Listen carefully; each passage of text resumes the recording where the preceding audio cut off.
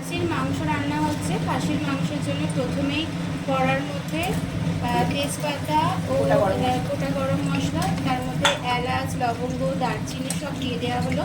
এবার একটু ভেজে নেওয়া হবে এটাকে। অল্প করে ভেজে নিয়ে ওর মধ্যে পেঁয়াজ দিতে হবে।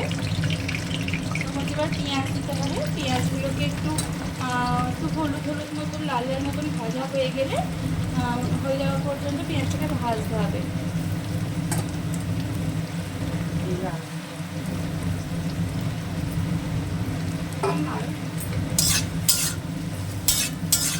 এর মধ্যে এবার পেঁয়াজটা অল্প অল্প লাল হয়ে এসেছে। এর মধ্যে এবার ক্যাপসিকামটা দিয়ে দেওয়া হবে। ক্যাপসিকাম আর টমেটো দিয়ে ভাজা হচ্ছে।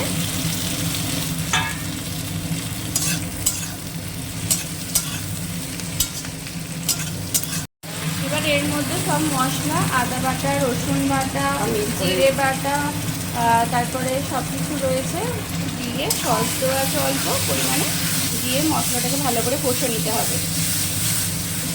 খুব ভালো করে মশলা কষতে হবে, না হলে রান্না ভালো হবে না। এর মধ্যে অল্প করে চিনি দিতে হবে, রান্না যাতে কালার হয় সেজন্য চিনিটা দেওয়া হচ্ছে। মশলাটা কষা চলছে এখনো পর্যন্ত। মশলাটা অনেকক্ষণ কষতে হবে। ওদিকে মা একটু মশলার মধ্যে নুন দিয়ে দেবে।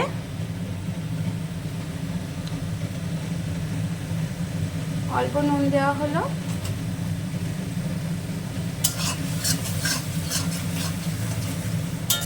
মটনটা আগে থেকে সিদ্ধ করে রাখা ছিল, মটনটা এবার এর মধ্যে দিয়ে দেওয়া হচ্ছে।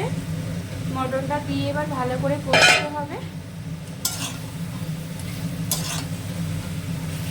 মটনটা সিদ্ধ করে নিলে যেটা সুবিধা হয়, আর কড়াতে সিদ্ধ করতে হয় না, আর কুকারে সেদ্ধ করলে মাংসটা ভালো সিদ্ধ হয়, যাতে খেতে সুবিধা হয়।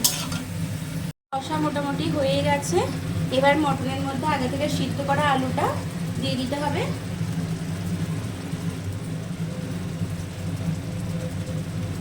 দিয়ে দেবো।